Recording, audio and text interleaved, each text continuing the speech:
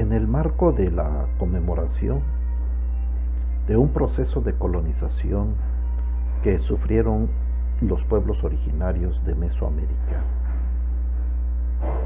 y actualmente atravesamos en una cuarentena producto de la pandemia ocasionado por el coronavirus, ha obligado que los maestros estemos trabajando a través de las redes sociales, utilizando las tecnologías para poder hacernos llegar a los alumnos. Y pensamos nosotros que 500 años después se puede ahondar en una, ¿cómo le llamaríamos? Ahorita sería una colonización, una conquista epistémica. En un momento dado tal vez fue político, económico, social. Hoy en día corremos un riesgo. Si no logramos revitalizar nuestras culturas originarias, puede ocasionar que muchas de estas culturas o los conocimientos que yacen en estas culturas pueden desaparecer incluso de ese trato cotidiano que tenemos en las aulas. Hoy los maestros estamos preocupados en seguir transmitiendo los conocimientos a nuestros alumnos, pero ante nuestra falta de preparación para afrontar estos tipos de contingencias, ante la poca experiencia pedagógica que tenemos, apenas se están haciendo investigaciones que nos muestran el impacto que tiene esta nueva realidad, sobre todo en las escuelas, repito, mexicanas, pero principalmente la educación indígena, la educación intercultural, la educación que promueve la revitalización, voy a utilizar mucho este término, de nuestra cultura. Ha estado opacada, ha estado discriminada, ha estado excluida en los planes y programas de estudios. Sin embargo, en nuestra práctica cotidiana, los maestros hablamos en Diyazá con los alumnos para el caso propio de nuestros pueblos. Tenemos poetas, escriben, hay actos, hay música, hay gastronomía que se promueven desde las escuelas. Pero el abandonar las aulas, abandonar esta estructura organizacional y nos traslada a nuestras casas y a través de estos espacios, pues nos vemos obligados a buscar estrategias didácticas, modelos educativos que nos ayuden a incorporar, pero para ello necesitamos que se vuelva a reconstruir estos conocimientos y poder ser entonces difundidos a través de los espacios virtuales. Y de esta manera podemos asegurar que nuestra cultura seguirá existiendo, nuestra cultura se irá incorporándose en las nuevas realidades, y por eso pensamos utilizar estos espacios para que sigamos en lo sucesivo entre todos, en comunalidad, seguir construyendo esta propuesta que nos permita rescatar, reconstruir, revitalizar no solamente la cultura, sino los conocimientos epistémicos que subyace en ella, y a partir de ahí poder provocar un verdadero diálogo entre culturas, una verdadera educación intercultural. En los últimos 3 años, los pueblos del Istmo de Tehuantepec han sufrido 2 fenómenos naturales que han trastocado la seguridad existencial de cada uno de los habitantes.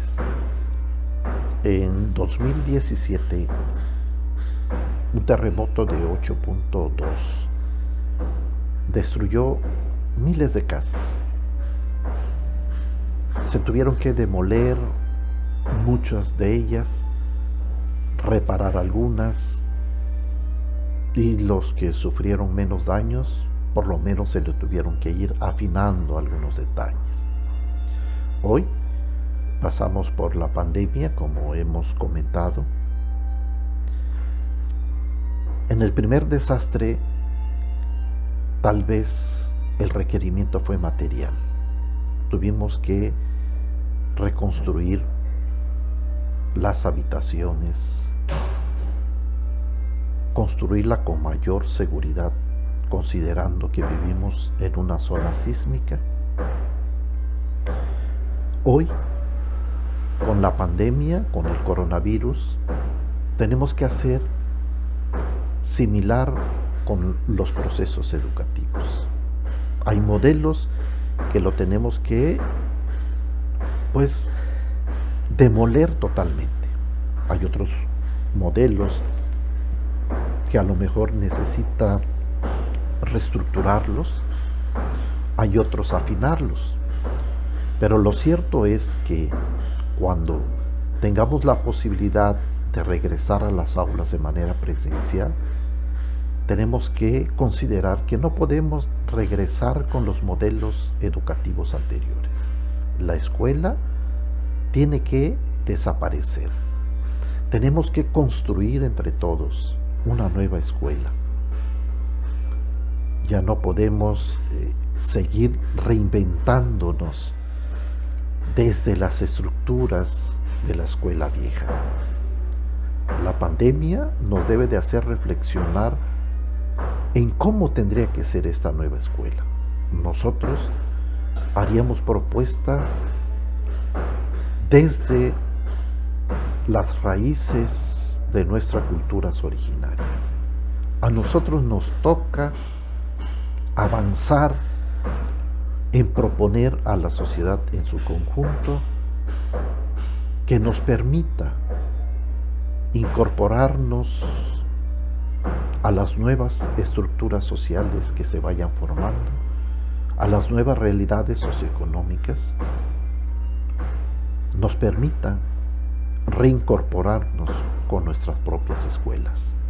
Creo que estamos a tiempo de volver o de empezar a reconstruir esta nueva escuela.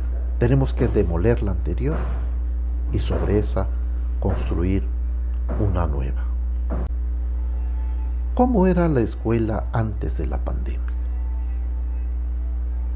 Teníamos ante nosotros nuestros alumnos, 10, 15, 20, 30 alumnos, en algunos casos, en otras escuelas, tenemos que atender 40, 50 alumnos en cada grupo y los maestros tienen que atender hasta 8 grupos, de tal manera que un maestro se dedica a enseñar o se dedicaba a enseñar alrededor de 200, 300, 400 alumnos. Por lo tanto, la atención no puede ser personalizada, no podemos entender los intereses propios de cada uno de los alumnos.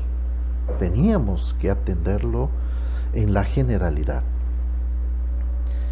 El niño le pedíamos, o el alumno en su conjunto, le pedíamos que pues pusiera atención, que acatara las instrucciones del maestro, que era el maestro quien tenía que estudiar, prepararse, conseguir la información y llegar al aula y exponerlo y explicarlo a los alumnos. Al final de la clase, el maestro tiene que evaluar, o mejor dicho, que calificar el nivel de aprendizaje que adquirieron los alumnos para que se han asignado una calificación y a partir de ahí pensar que puedan pasar al grado inmediato superior. Es una relación bancaria de la educación donde el maestro recoge la información que otros profesionistas, otros sabios, otros científicos han elaborado y ellos se encargaban de llevarlo a las aulas.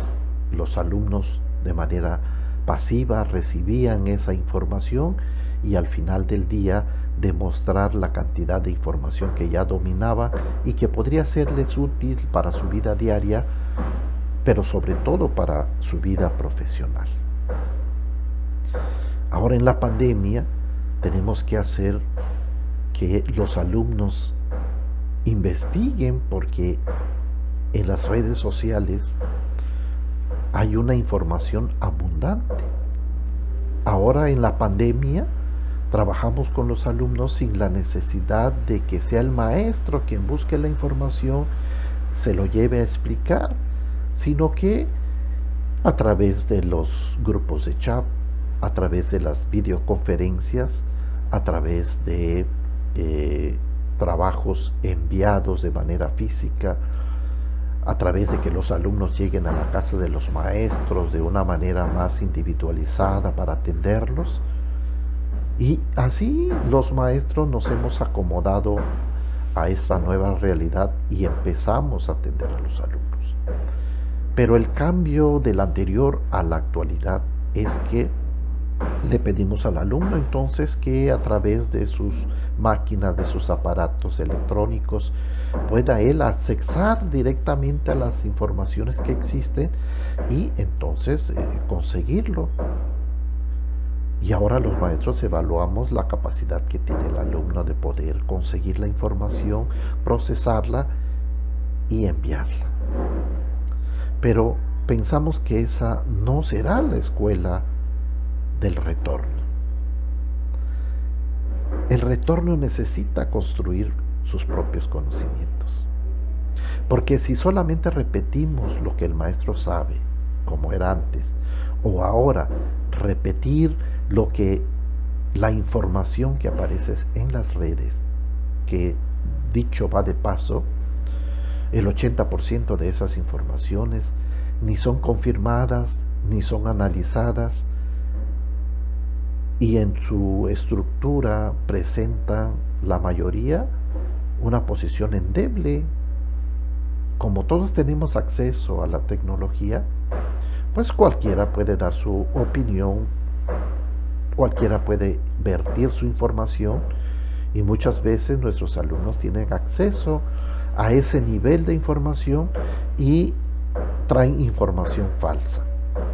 Tenemos casos en las redes que vemos que incluso grandes periodistas, grandes intelectuales, analistas que aparecen en la televisión y en otros espacios, normalmente comparten informaciones falsas.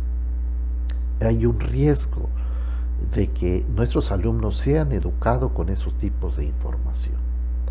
Necesitamos que el alumno aprenda a analizar.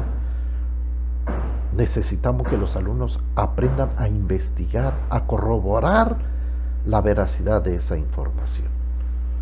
¿Y cómo podríamos eso? ¿O cómo podríamos tratar eso en las aulas? Pues necesariamente que los alumnos sean quienes nos construyan los conocimientos. Ni el maestro debe de transmitir, ni el alumno debe de conseguirlo en las redes, sino que una educación post-pandemia tiene que ser que los alumnos construyan sus propios conocimientos, basado entonces en su cultura, basado entonces en sus conocimientos previos, basado entonces en lo que tiene mayor significación para él, basado en la necesidad de perseverar, de construir, de revitalizar su propia cultura. Necesitamos que sean nuestros alumnos, que son originarios de estas comunidades, quienes lo que tengan que desarrollar son nuevos conocimientos. Así como tuvimos que reconstruir nuestras casas después del terremoto, necesitamos ahora reconstruir nuestros saberes, nuestros conocimientos. Esto, creo yo, es el papel que debe de jugar la escuela en estos momentos. Y por lo tanto los maestros tenemos que prepararnos para funcionar ya no como transmisor de conocimiento, sino alguien, un sujeto que pueda mediar para provocar en los alumnos la necesidad de saber que ellos, en el momento en que nombren las cosas, en el momento en que le dan significado propio a los fenómenos que suceden en la realidad, entonces ellos encontrarán esa alegría que solamente se siente cuando uno está construyendo sus propios conocimientos. Siento que así es como podemos combatir toda esa información del colonizador, del imperio, o como le queremos llamar, de un nivelismo, para que seamos capaces de crear la realidad, basarnos en una utopía propia, hacia dónde queremos avanzar y qué necesitamos, qué conocimiento necesitamos para que podamos subsistir en un ambiente digno, respetando nuestras diferencias, considerándonos como sujetos en la construcción de los saberes.